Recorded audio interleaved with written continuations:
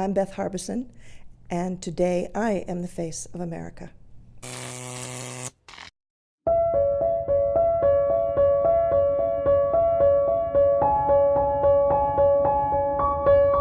I identify as a Democrat. I don't like much of what's happening today. I think people tend to look at Jews and see that we're all pro everything that Israel is doing, and I'm not. Many of us are not. I don't want to speak for others, but I know that there are many, many of us who agree with that. But it's no different really from being a United States citizen and not liking what's happening in our government, not liking some of our policies. I think that's the best analogy that I can make. It does bother me that the left of my party crosses that line because, for example, the BDS movement, I'm opposed to it.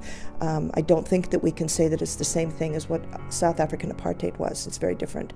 I have lived in Israel. I've traveled there relatively recently, and it is different. I do think that there are very serious wrongs, but I don't think that the nuances of the left or the nuances of the issue are understood by the left of the party. I'm a mom and a wife, and I'm the Director of Education and Teen Advisor for Congregation Ahavath Beth Israel, which is a Reform congregation, the only Reform congregation here in Idaho, in Boise. I was born in Southern California.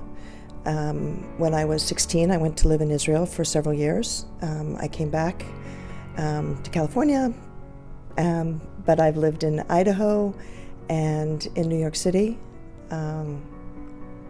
and in North Carolina. So I've been about all over the place. There is a history before my time. I moved to Idaho in the late 80s. And just prior to my coming, there was a bomb planted in one of our synagogues. And there was in northern Idaho an outpost of, I believe they were Aryan nations affiliated with I forget the exact name. It had a church name, and while when you look at maps of anti-Semitism and anti-Semitic acts, there are still locations in primarily northern Idaho where that's supposedly those like-minded people associate. But I have not had any anti-Semitic acts. There are. Very recently, Nazi symbols of white nationalist organizations have appeared in Boise.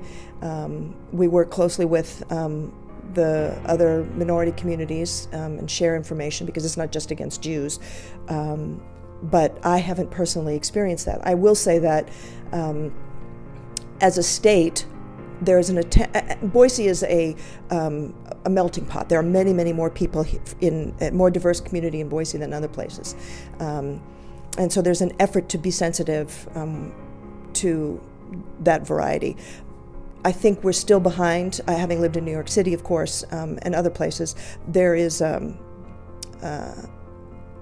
there's ignorance around Judaism in particular. So my kids who are in public schools have teachers who don't always understand, who it's not anti-Semitism, but they'll say we're going to celebrate Christmas and we'll have secret Santas, and of course we don't celebrate Christmas.